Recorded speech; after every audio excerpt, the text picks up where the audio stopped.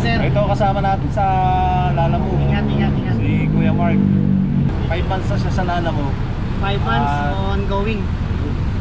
Kaya naman, kaya. Kamusta naman ang biyahe sa Lalamove? Kaya naman sir, sipag lang, pakpaka naman. Lalo Sipag lang. ngayong December, ano? Labas lang sa umaga. Ayun. Maagang maaga para pagdating ng pahapon, pwede na umuwi. Yun talaga. Talaga ang kailangan mo dito sa Lalamove, sipag at tiyaga. Kasi kung wala kang ganun, hindi ka kikita dito ng Unahan malaki. mo sila habang tulog pa sila sa madaling araw. Grabe. Para pagdating ng hapon, pwede ka naman Pahinga ka na. Yun, bukas yun uli ang- ng maagang maaga. Hindi sa lalabas ka ng tanghali na, sikat na araw, wala ka naabutan. Naabutan mo ng traffic. Nakakuha tayo ng matinding diskarte. Salamat boss. Agahan mo. Mag-ingat-ingat. Okay, thank you.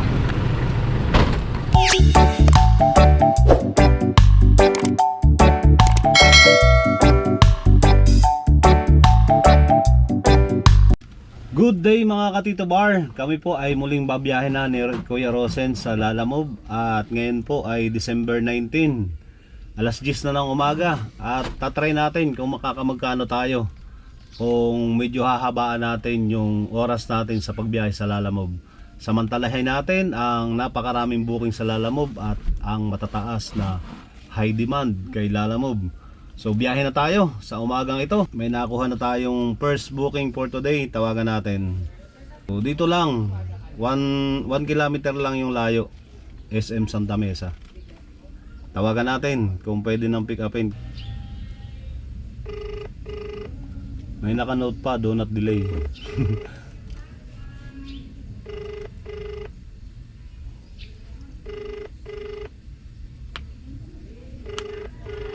So puntahan ko na lang kasi alam ko mga food pack to.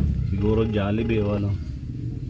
So update ko kayo kung anong mga isasakay. At pagka ganito mga food, hindi ko na sinasabayan. Baka kasi madamage natin o pumalat ay mahirap na. So pick upin na natin. Kuya Rosen, let's go. Hello po, good morning. Good morning ma'am. Yes po. Sa Lalamove po ako. Nasaan na kayo banda, sir?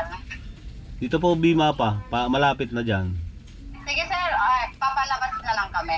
Ano pong kukunin ko? Food packs to sir. Saan po ba, sa ano po ba, sa may Sa likuran? may RD, apo. Sa may RD yun na lang sir ni SM. Sa may tapat ng Uniqlo sir. Okay ma'am, thank you. Apo, doon na lang. Okay sir, thank you po. Okay po. Sige po. Tama nga, food pack. So hindi pwedeng pag patong-patungin yun siguro. Pero saglit lang yon. At ang kukunin natin ngayon ay hindi bababa ng 600. 700 pataas, pwede na sa atin yon. Okay, let's go Kuya Rosen. Dito na tayo sa SM Santa Mesa. At ang pick-upan dito lang sa may bandang likod. Tokyo yung nag-booking sa atin. Napakalapit lang nito ng pagdideliveran. Sa may siguro to, sa loob ng Malacanang, San Miguel Pasko na dito sa SM Santa Mesa. So yung bahay namin doon lang sa likuran, kaya napakalapit. Ito na ang inuna ko. At titingnan natin kung mas madadagdagan ba yung ating income ngayon kung mas maaga tayo nakabiyahe. Dahil kalimitan na biyahe po natin ay alauna na ng hapon. Ako nakakalabas. So ngayon bakasyon na sina Kuya Rosen, sinama natin. At dito yung pick up.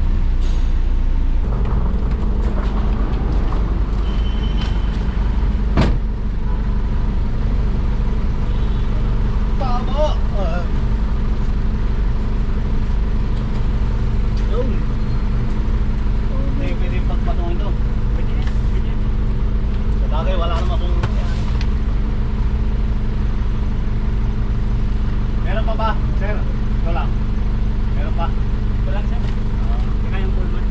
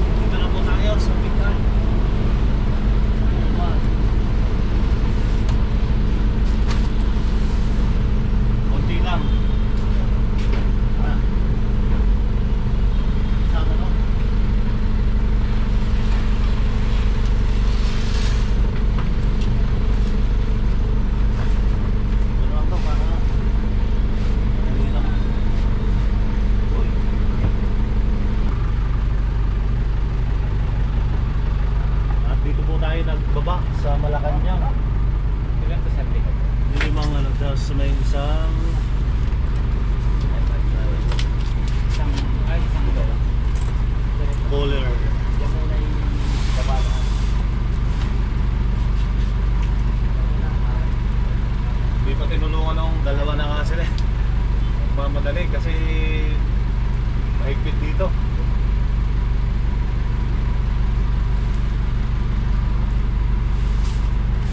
Alam mo na walang parking. Puno. Mga music. May meeting siguro. Or may makain Okay, at hahanap na ulit tayo ng another booking pagkatapos ito. Alright. At ito po, may nakuha na tayong second booking. Napakalaki ng high demand niya. Yung surcharge 410. At dadalhin po lang natin ito sa Mandaluyong. Ito, DMCI. So pick upin na natin itong second booking. At nandito na po tayo sa second pick up namin. Okay na ba sa bahay dyan? Wala pa. Sakan nyo ako. Oo. Ano pa isasakay? Wala na, okay na. Yan lang. Okay, pick up na namin. Let's go. At ito po, habang kami papunta ng Mandaluyong, sinabay ko na itong dalawa. Kasi taga din pala to, Quezon, kababayan ko. At maganda yung trabaho nila. Anong pangalan nyo, Kosa? Kosa? Brad? Janwin. Ako Jimwell. Si Kuya Jimwell at saka si Kuya Janwin ko. Janwin. Magbayaw pala sila. Sinabi ko na pati yung magbayaw na. So sila yung nag-install ng yung lagayan ng cortina. At maganda yung trabaho nila kasi malaki yung sahod. Tapos relax lang. Yun nga lang yung nila, yung sinakay sa akin. Tapos ang laki nung shipping pin ko. So nandito na kami sa may Bangbang. At medyo matraffic. So ang dami po ng booking ngayon. So hindi ko na sinabayan dahil nga priority pala yung kanilang yung booking. At ang dami nilang gagawin. So pagkatapos ito, ilang minutes ba yung yung biyahe natin? 51 minutes yung estimated time of arrival natin sa Mandaluyong. So pagkatapos po nito ng pag-deliver namin, doon pa lang ako makakakuha ng another booking. So di-deliver na natin to. Let's go.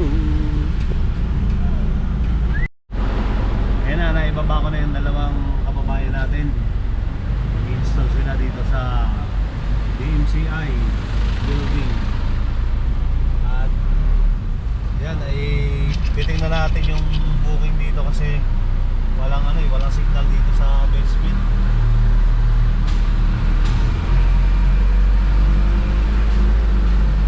Walang kinuha sa ating ID dyan, So ito, ganda lang building na to. Yan, i-complete na natin. Sky Garden.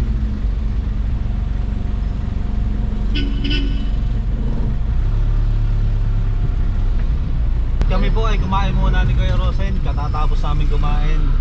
So may na-pick up na tayo muli. Dito lang, malapit lang sa location namin. Ito, Mandaluyong.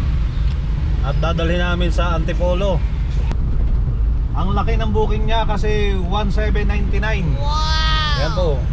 At ang high demand nito ay titingnan natin. Yun, 619. Malapit lang din dito sa pick up location yung pagdidelibera kasi hindi naman masyadong matraffic ngayon pagpapunta ng Antipolo, kaya kinuha ko na. So titingnan natin to kung masasabayan pa natin. Mga boxes lang daw ng ilaw. So pick upin na natin. Let's go, Kuya Rosen.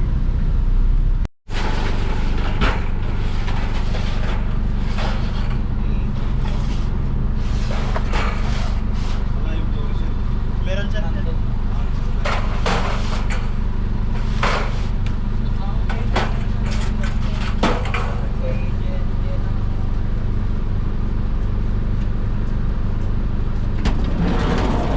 So andito na tayo sa third booking.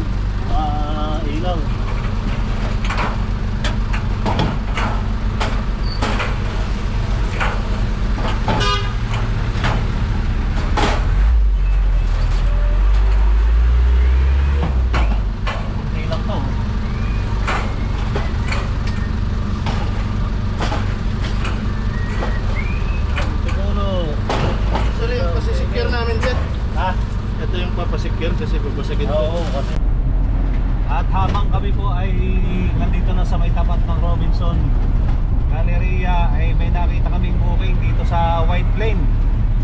Dadalhin din natin sa Antipolo at nagkakahalaga siya ng 801.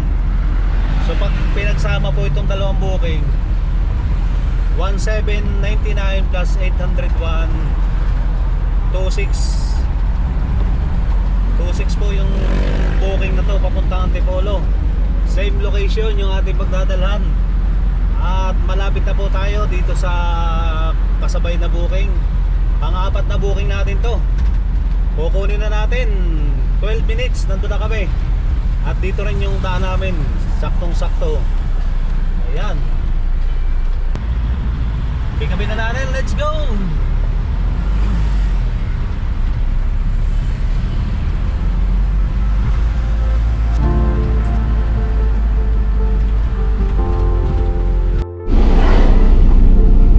Dito po kami pumasok sa White Plain. Kumbaga private na to. Private subdivision o village. Ito ang ganda oh. Talagang tahimik na tahimik. Mahigpit. Sa ano pa lang, napakahigpit. Hindi ka makakapasok pagka wala kang ID. Ayan, malapit na tayo sa pick-up location number 7.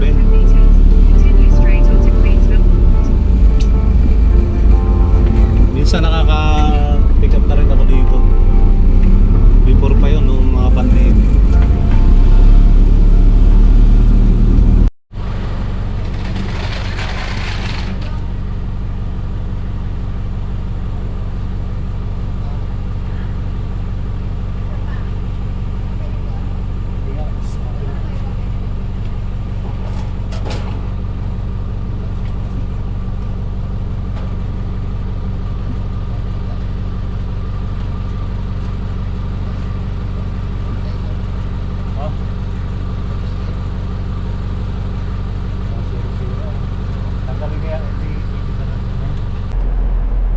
Grabe, sobrang ano po tayo, naabala dun sa pangalawang booking dahil ang pinapa-deliver nila pala massage chair.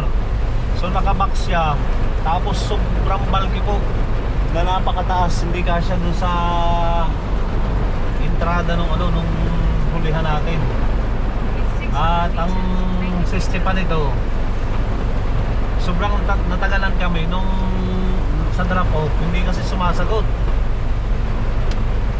At ang nangyari, yun, kinancel na lang. Ang problema, parang TY pa yung pagpunta natin doon. Nagbuhat pa ako ng tinry kasi namin na sakay na pilit, kaso talagang hindi kasya dito. Malamang Travis, sabi ko Travis na lang i-book. At sabi naman magbibigay ng pakonsuelo, kaso hanggang ngayon wala pa eh. So hindi na ako maasa na bigyan tayo. At i-deliver ko na itong ito, binook niya na ulit. Sabi ko ngayon na i-book niya Travis. Ang nilagay lang niya, please help. Sabi ko rin mag-request siya ng helper. Ito wala na naman. So malamang pagka kinuha ito ng mga walang helper ay hindi rin kakasya at hindi rin kaya. Sobrang bigat po talaga. So deliver na natin itong first natin, yung kanina pa natin booking. Nandito na po kami sa Antipolo, dito sa all day. At sobrang traffic po talaga. Kaya hindi advisable po ngayon ang kumuha ng mga malalayong booking. Napasubo tayo dito kasi nadalawa ko yung booking, kaso yung isa hindi kasya. So ito ibababa natin. Wala kasi itong helper yung booking. Nagulat si ma'am nung sabi ko additional po 200 kasi ako magbababa. Doon pa hakutin lahat to. Eh grabe daw naman yon. Sabi ko hindi naman ako ma'am nagpa-price ng additional eh. Yung apps sa application. So sa application makikita nyo po yung pagka kami nagbuhat. So hindi ko alam kung mag-a-add siya. Basta yun lang, yung tama lang yung sinasabi ko. Tingnan nyo po sa application. Sige po, at pagka hindi, kahit 100, okay lang. At dyan po, naniwala na si ma'am na may additional na 200. So yung 1,799, ginawa ng 2,000. Ito po yung booking niya. 1,799 plus 200. So ang oras po ngayon ay 5:15 na ng hapon. Ito ang nangyari sa atin kasi nga napalayo yung booking natin. So yung tatlong booking natin is 3,044. So mag-aabang tayo ngayon ng booking pa Manila naman para siguro hindi natin alam kung makakamagkano tayo ngayon. Kasi ito ang resulta ng pagkuha ng malayong booking. So sana makakuha tayo Manila para 1 plus pa rin yung pabalik natin. At titingnan natin kung magkano yung ating kikitain sa araw na ito. Okay, let's go Kuya Rosen. Ito po, may pang-apat na kami booking ni Kuya Rosen. Dito sa Antipolo ang pick up at may isa pang stop. So yung isang dadaanan, Ortigas Hospital at Metro Rizal Doctor Hospital. So parehas dito lang sa Ortigas at Cainta. So pick upin na natin, mga bond paper daw 964 yung babayaran. At yung pick up location po ay 1.7 km 7 minutes. Malapit lang dito sa amin. Kaya bawi-bawi tayo dito. So pick upin na natin, let's go. At nandito na tayo sa pang-apat na booking. Ito si boss, ang pangalan mo? Mark? Mark. Si Kuya Mark, lalamog din. Hindi na niya na kayang i-deliver to, kaya pinabook niya. At dito lang siya umuwi sa Teresa, Rizal. Teka lang, tawag ko Kuya Mark. Panalo yung booking niya. Ilang book pa lang to. Pangatlong booking pero laki ng pinita ni Brad.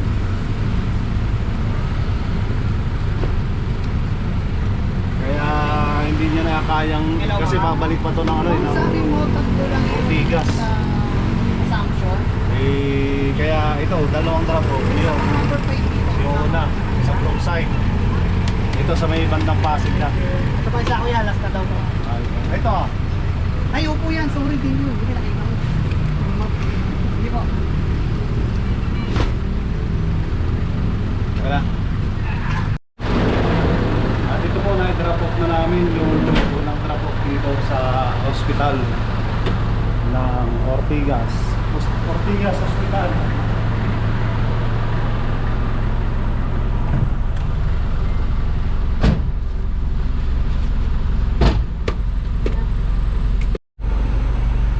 At yan po, naibaba na namin yung kasamang booking. So maghihintay po ulit kami ng another booking. Marami ng booking dito, pero paano kasi Patanay, Cainta. Ito yung Cainta. Nandito kami sa Cainta pero 359 lang. At marami namang tumutunog. Don Manuel. Which one? Malapit na to sa atin tiles marami. So ito na lang kunin natin. Papuntang Project 6. Ano lang naman 4 kilometers. Sayang din, 813. So pasok to dun sa ating sinabi kanina na hindi tayo kukuha ng below 500. Ito 4 minutes lang. 4 kilometers. Try natin Mount Banahaw. Yan, pick up natin. Tawagan natin kung anong pipick upin.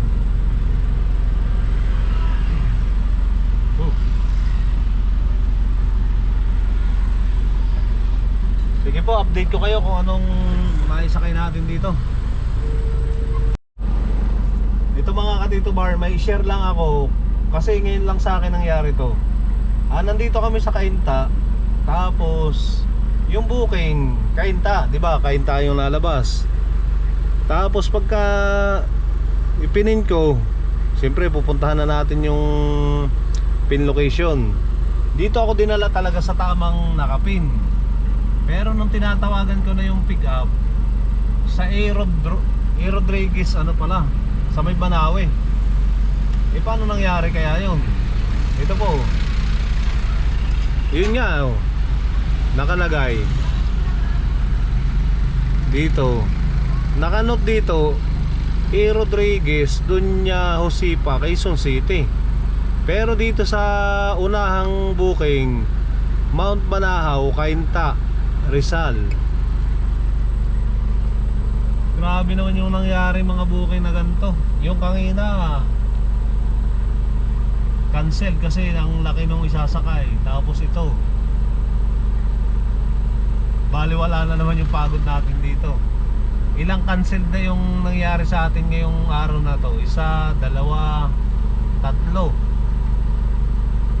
pang-apat itong mangyayari. Kaya bumaba po ng bumaba na yung aking yung aking rating sa Lalamove. Kung dati good, ngayon fair na lang. So pagka na-cancel pa to, pang-apat, hindi ko po alam kung ano ng rating ang mangyayari sa atin. So tatawagan ko sila na mag-send na lang kahit 100, 200. Kasi yung pagod ko dito, naka inikutan pa namin 5 kilometers yung layo. So tatawagan ko ulit yung babae na nag-book.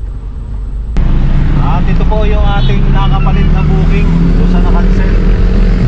So dalawang queen size na phone. At pagka ganitong gabi na, wala nang heavy demand. So 600, ano lang to, 615. Dadali namin to sa San Juan. At palagay ko hindi na namin to masasabayan kasi medyo bulky. So deliver na namin to. Let's go.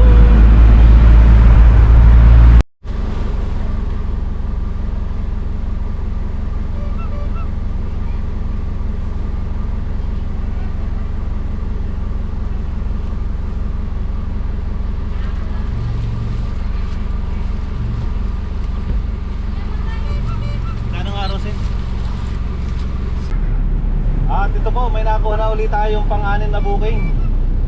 So dadalhin naman natin to sa Mandaluyong. Ang booking na ito ay 592. At sabi nung nag-book, nakausap ko na, scaffolding yung dadalhin, tapos mag-aan daw sila ng 250. Wow, okay. So pick upin na natin. Kadagdagang booking at kadagdagang kita. Let's go.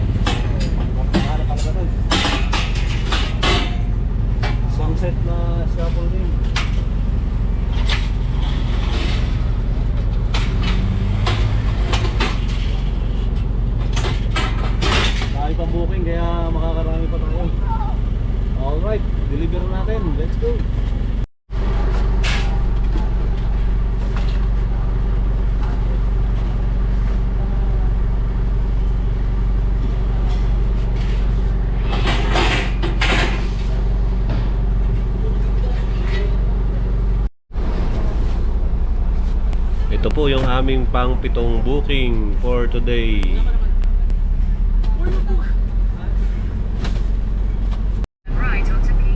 Go. Yan po, na-deliver na namin yung mga malalaking nakabalot sa ano na yun. Hindi ko alam kung ano yun. Parang pang dekorasyon.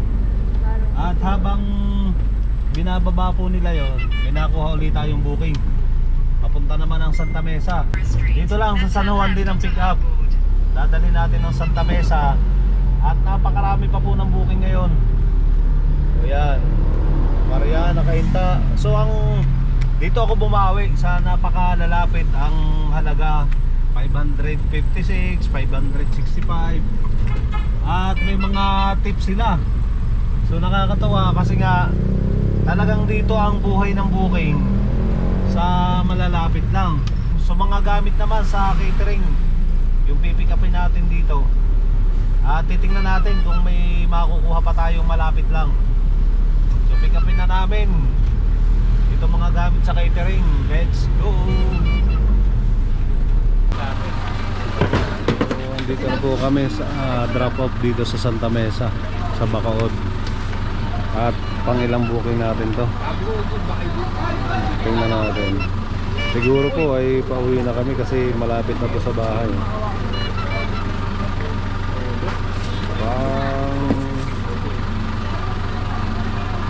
Pang 8 booking. At yung 4 na sunod-sunod na booking namin ay doon po nagkaroon ng ng mga tip. Kasi puro catering. Ano yun? Na ano ata? Sumalpok? Hindi video ano. Bakit? Bako ng kotse. Sumalpok. Kunin mo na yan. Sarili pa. So, yun po. At hindi natin nasunod yung ating plano kanina na malapitan lang. Napakaganda ng malapit kasi nga bilang wala pang 2 oras, naka-4 ka agad kami. At yun yung pinaka magandang kinita namin. So, pero ang dami pa po ng booking. Kung talagang magtutuloy-tuloy pa kami. Ayan. Oop. Ito. Parang hanggang umaga lang ano nito eh. May malapit pa rin pick up dito sa dito. Kaso Greater Lagro yung dala. San Juan, Marikina. Mapapalayo kami. Ayan. So bawi na lang kami sa isang araw na pagbiyahe namin. Bukas kasi hindi ako babiyahe. May lalakarin tayo. So okay po, mamaya mag-income reveal tayo. At kami po ay pauwi na ng bahay ni Kuya Rosen. Kami ay naka 8 booking for today at kami ay naka 5,692. At napakarami po ng naging tip namin sa ngayon. Umabot po ito ng 1,000 plus. Pag ganito talagang December ay napakalalaki ng mga booking at siyempre may mga malalaki ring tip dyan. Kaya ingat po tayong lahat. God bless everyone. Bye-bye.